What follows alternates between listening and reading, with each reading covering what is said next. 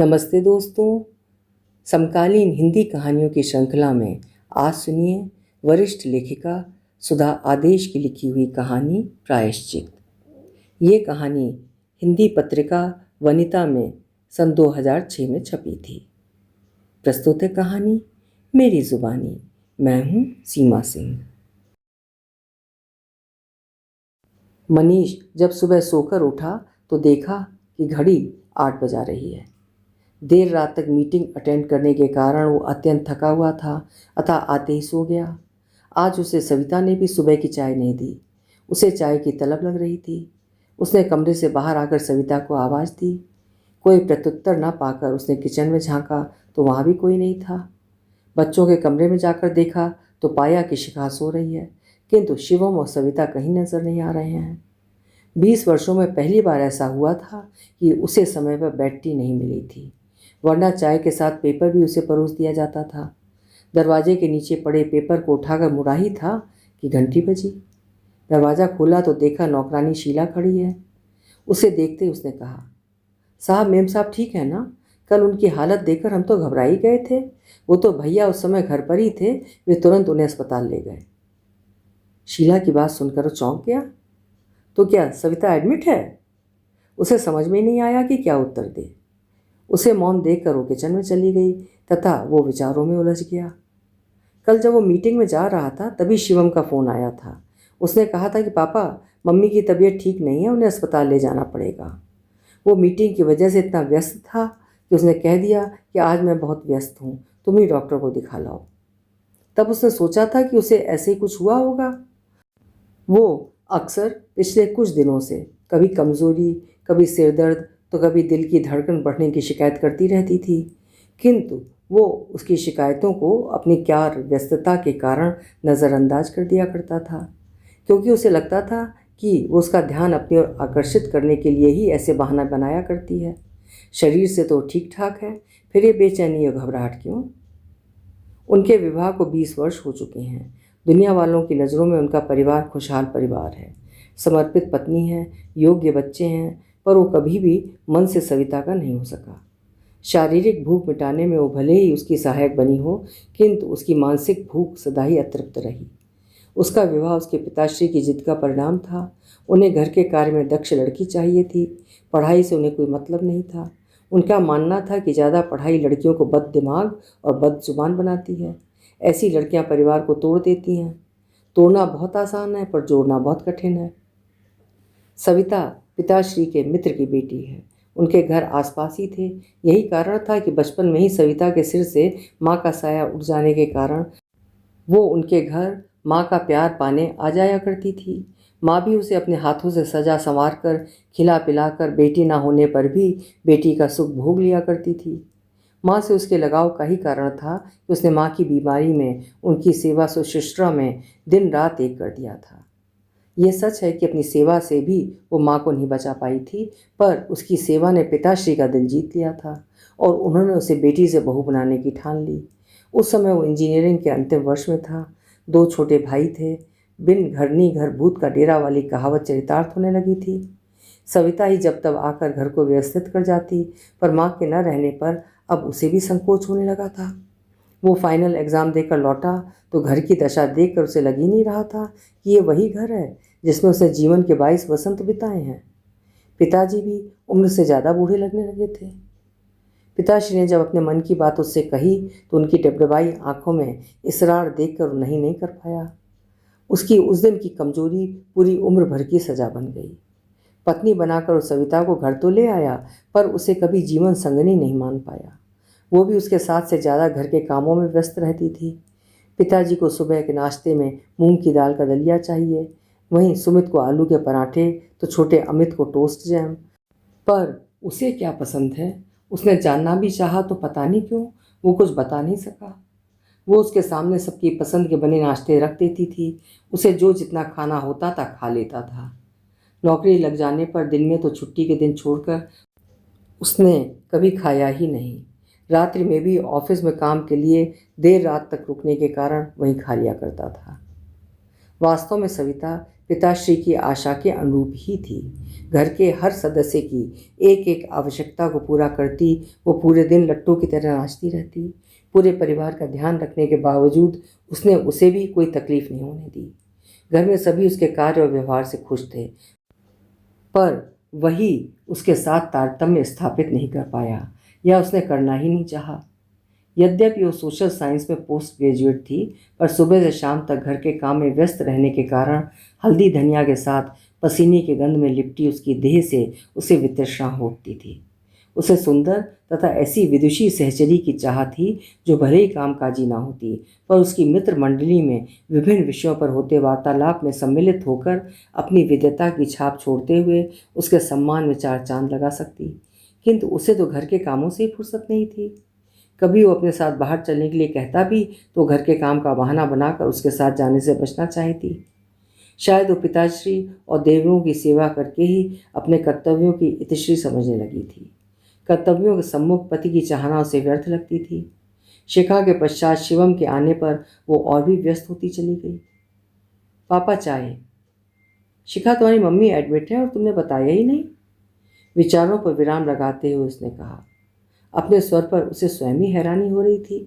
जिसने कभी उसकी परवाह न की हो, आज वो उसकी खातिर परेशान क्यों है।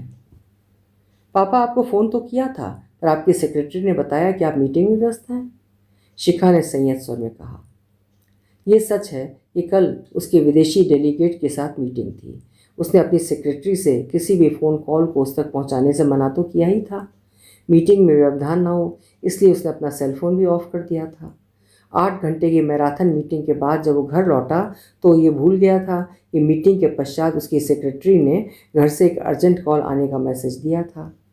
घर में ताला बंद देखकर भी उसे जरा भी एहसास नहीं हुआ कि ऐसा कुछ हुआ होगा। उसने यही सोचा कि तीनों कहीं बाहर घूमने गए होंगे। पिछले कई दिनों से सविता मुगले आजम मूवी देखने के लिए कह रही थी। उसे समय न मिलता देख हो सकता है वो बच्चों को साथ लेकर गई हो। मूवी क्लासिकल एवं ऐतिहासिक थी, इसलिए सविता इसे देखना चाह रही थी, वरना सविता और मूवी। डुप्लीकेट चाबी से घर खोलकर अंदर गया। थकान के कारण ऐसा सोया कि सुबह ही नींद खुली। चाय का घूंट पिया तो लगा जहर पी रहा हो। चीनी इतनी ज़्यादा थी कि उसे पी ही नहीं गई। इसी बीच फ़ोन टनटना उठा। सर, जाने से पहले वे लोग आपसे मिलना चाहते हैं, उनकी 12 बजे की फ़्लाइट है, उसके पर्सनल सेक्रेटरी ने कहा। ठीक है, मैं आता हूँ।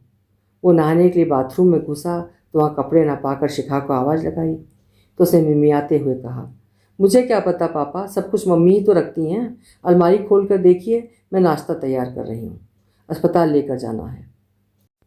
अच्छा, तुम नाश्ता बनाओ, मैं स्वयं देख लेता हूँ। गीज़र ऑन कर अलमारी खोली तो सब कुछ करीने से रखा देखा, वरना सदा सविता ही गीज़र ऑन कर उसके कपड़े, टॉवल इत्यादि उसके नहाने जाने से पूर्व यथास्थान रख दिया करती थी। मत विभिन्न होने पर भी वो सदा उसके निकाले कपड़े ही पहनता रहा था। उसका ड्रेस सेंस इतना अच्छा था कि वो कभी भी उसे नकार नहीं पाया था। नाश्ते में शिखा ने उसके सामने कॉर्नफ्लेक्स और टोस्ट रखा, पर कुछ तो ऐसा था जिसे वो मिस कर रहा था। पापा, क्या आप मुझे अस्पताल छोड़ देंगे? शिखा ने उसे ऑफिस जाने के लिए तैयार होते देखकर कहा। हाँ हाँ, क्यों नहीं। वैसे मैं भी तुम्हारी मम्मी को देखकर तथा डॉक्टर से बातें करके ही ऑफिस जाने वाला था। पता नहीं वो कैसे झूठ बोल गया। अभी तक तो उसके मन में अस्पताल जाने तक का विचार भी नहीं आया था। ये सच है कि वो सविता को मिस कर रहा था, पर अभी भी उसे सविता के स्वास्थ्य से अधिक अपनी डील की चिंता थी, क्योंकि उस पर ही उसका प्रमोशन निर्भर था। वो शिखा के चेहरे पर अपनी माँ के लिए चिंता स्पष्ट देख रहा था। वो शिखा के सामने स्वयं को उसकी माँ के प्रति लापरवाह नहीं सिद्ध करना चाहता था। वो उसके साथ अस्पताल गया। आईसीयू में एडमिट सविता के मुख पर ऑक्सीजन मास्क तथा सलाइन चढ़ता देखकर वो अवाक रह गया।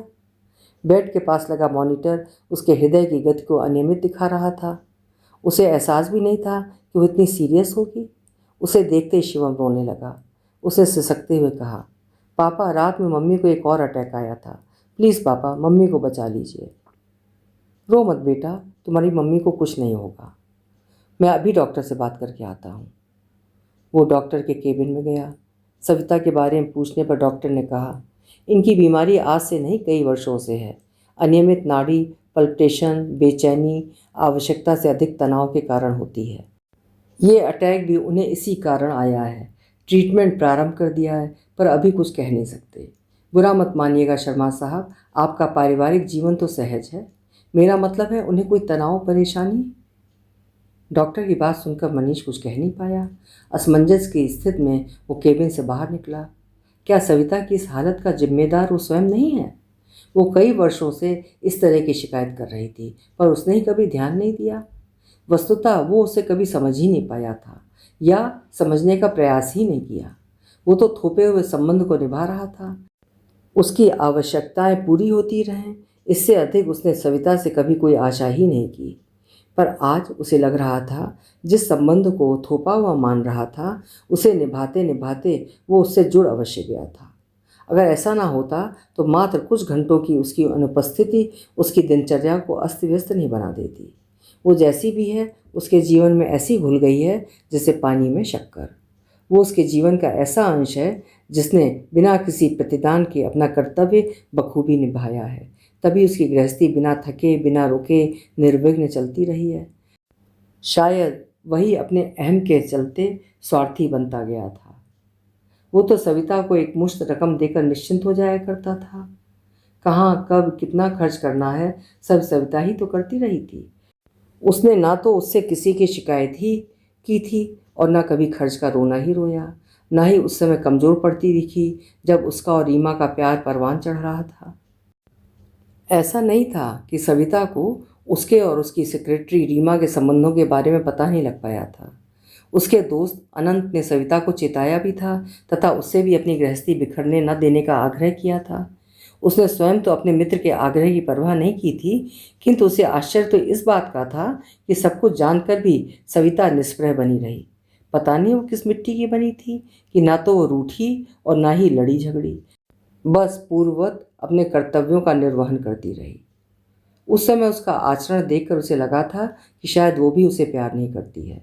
उसकी तरह ही वो भी सिर्फ संबंध निभा रही है, वरना वो उसके और रीमा के संबंध को सहजता से नहीं लेती। वो उसकी ओर से निश्चिंत होकर रीमा के प्यार में अपनी सुध-बुध खो बैठा था। महीनों उस पर मोटी रकम खर्च की, उसके लिए उसने अपनी पत्नी और बच्चों की परवाह भी नहीं की। उसका साथ न छूटे इस वजह से उसने अपना तबादला भी रुकवाया, पर जैसे ही रीमा को अच्छी नौकरी मिली वो उसे छोड़कर चली गई। लाखों का चूना तो लगा ही, साथ ही उसका विश्वास भी तोड़ गई। उसके जाने के कुछ दिनों पश्चात उसका पत्र आया था जिसमें उसने लिखा था, इतनी अच्छी पत्नी और बच्चों के होते हुए तुमने मुझसे संबंध क्यों बनाए मनीष? क्या तुम उसको तलाक देकर मुझसे विवाह कर सकते थे? शायद नहीं। फिर मैं तुम्हारे साथ आगे क्यों बढ़ती? क्यों अपनी ज़िंदगी एक ऐसे रास्ते पर जाने देती जिसका कोई छोर ही नहीं था? पता है मैं सविता से कहाँ मिली? मैं उससे अनंत के घर उसके गृह प्रवेश के अवसर पर मिली थी। तुमने तो मुझसे उसे मिलवाया ही नहीं था, पर अनंत ने मेरा उससे परिचय करवाया था। उसकी सादगी, निश्चल स्वभाव, उसका बड़प्पन देखकर मुझे स्वयं से घृणा होने लगी थी। मुझे लगा जैसे मैं इस देवी स्वरूप स्त्री के साथ विश्वासघात कर रही हूँ, उसका घर तोड़ रही हूँ, उससे उसका प्यार, उसके बच्चों का पिता छीन रही हूँ। इस सब से मुझे क्या मिलेगा? जीवन भर का संताप, किसी को धोखा देने का एहसास। मैं ऐसा नहीं कर सकती मनीष। अतः अच्छा ऑफर मिलने पर नौकरी छोड़कर चली आई। आशा करती हूँ अब तुम किसी अन्य के साथ जुड़कर उसे धोखा नहीं दोगे। उसे समझकर देखो, अपने बच्चों को देखो जो तुम्हारा ही अंश हैं। क्या तुम उन्हें टूटते हुए देख पाओगे? एक के साथ जुड़कर दूसरे को तोड़ देना तो बुद्धिमानी नहीं कही जाएगी। हाँ, अगर तुम मुझे सविता से जुड़ने से पहले मिले होते तो स्थिति अवश्य दूसरी होती। अतः सब कुछ भूलकर नई जिंदगी शुरू करो। रीमा। रीमा का पत्र पढ़कर वो किंकृत विमूढ़ बना बैठा रह गया था। रीमा की बेवफाई का दंश था या उसके मन का अहंकार? उसे लगता था कि हो ना हो सविता ने ही उसे बहकाया होगा। उसकी इस सोच ने उसे सविता के प्रति और भी कठोर एवं निष्प्रह बना दिया। उसने स्वयं को काम में इतना डुबो लिया कि न उसे दिन का ख्याल रहता था और न ही रात का। अमित और सुमित का विवाह हो गया था। वे अपनी जिंदगी में व्यस्त हो गए थे। इधर पिताजी लकवाग्रस्त हो गए। सविता का काम और भी बढ़ गया, पर उसने न कभी उससे शिकायत की और न ही उसने किसी से सहायता की आस रखी। वो अपना कर्तव्य निभाती रही। पिताजी की नज़रों में उसके लिए प्यार देखकर लगता कि शायद उनका चुनाव ठीक ही था, वरना अमित और सुमित की पत्नियां तो उनके साथ एक हफ्ता भी नहीं गुजारना चाहती थीं। उन्हें अपनी आज़ादी प्रिय थी। एक बार उसे महीने भर के लिए बिजनेस ट्रिप पर यूके जाना पड़ा। इस बीच पिताजी की तबीयत इतनी बिगड़ी कि उन्हें बचाया ना जा सका। जब तक वो आ पाया उनका शरीर मिट्टी में मिल चुका था। वो बदनसीब उनके अंतिम दर्शन भी नहीं कर पाया। उसके लौटने पर उसके बॉस सूरी ने कहा था, मनीष, तुम्हारे पिताजी मरने से पूर्व हफ्ते भर अस्पताल में एडमिट रहे। तुम्हारी पत्नी ने उस विषम स्थिति में जिस धैर्य और साहस का परिचय दिया वो काबिले तारीफ है। तुम्हारे भाई तो बाद में आ पाए। उस समय तक उसने ही घर बाहर सब संभाला था। तुम बहुत लकी हो जो तुम्हें ऐसी पत्नी मिली, वरना आज के युग में ऐसी कर्तव्यपरायण स्त्री कहाँ कहाँ मिलेगी। आज तो लोग अपने लिए जीते हैं, ना कि दूसरों के लिए। कहते हुए उनके चेहरे पर दर्द की रेखाएं खिंचाईं। उसने सुना था कि उनकी पत्नी अपनी बूढ़ी सास के साथ समय बिताने की अपेक्षा क्लब में ताश खेलकर समय बिताना अधिक पसंद करती हैं। सास की तो बात छोड़िए, उसके पास अपने पति और बच्चों के लिए भी समय नहीं है। अपने बॉस के मुंह से सविता के बारे में प्रशंसात्मक शब्द सुनकर उसे लगा था कि कुछ तो है इसमें जो उसे दूसरों से अलग करता है। पहले रीमा और अब सूरी साहब। अमित और सुमित के लिए तो वो भाभी माँ है। वे उसके एक आवाज़ पर मरने मिटने के लिए तैयार रहते हैं। शायद मन में पाली ग्रंथि की वजह से वही उसके साथ सहज नहीं हो पाया। एकाएक उसके अंदर की सारी कटुता घुलने लगी थी।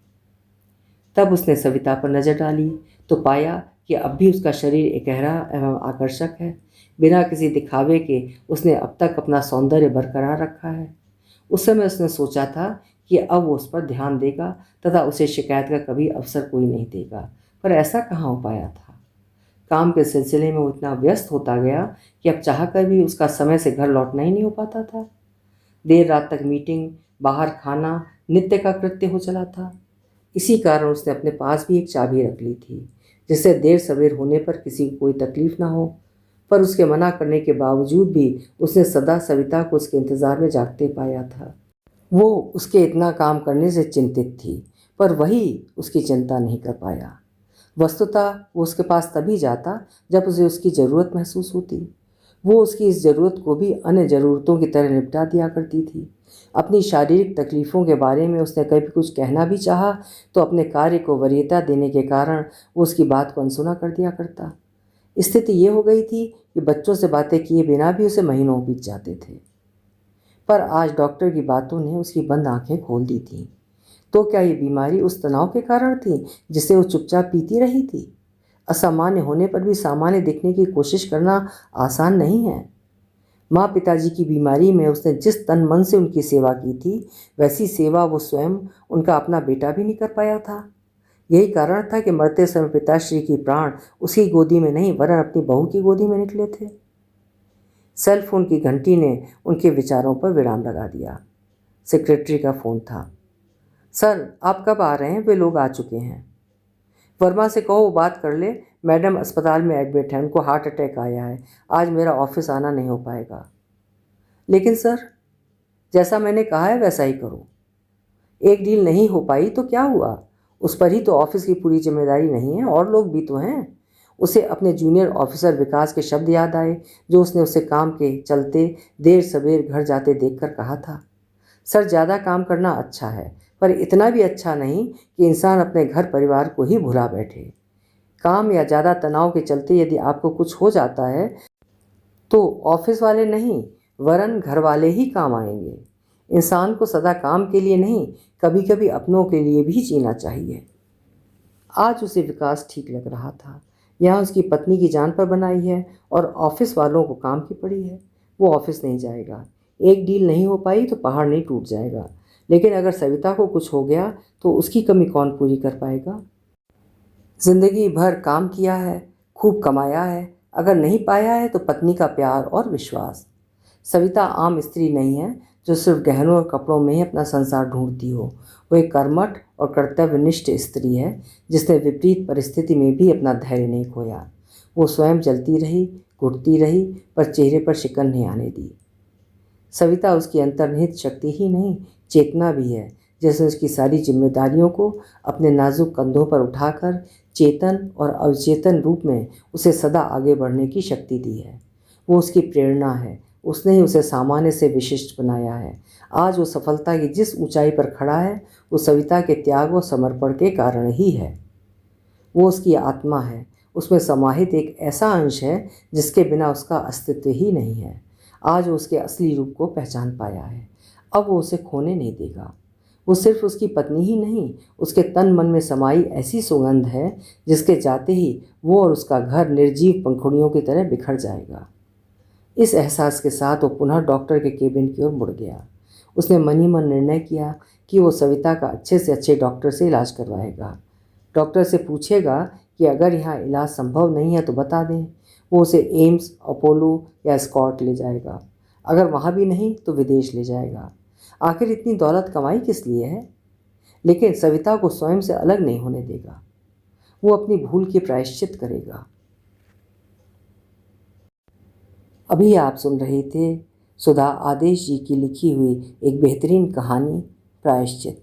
आशा है आपको पसंद आई होगी। पसंद आई है तो लाइक और शेयर ज़रूर करिएगा। कल फिर मिलेंगे। आपका समय शुभ हो।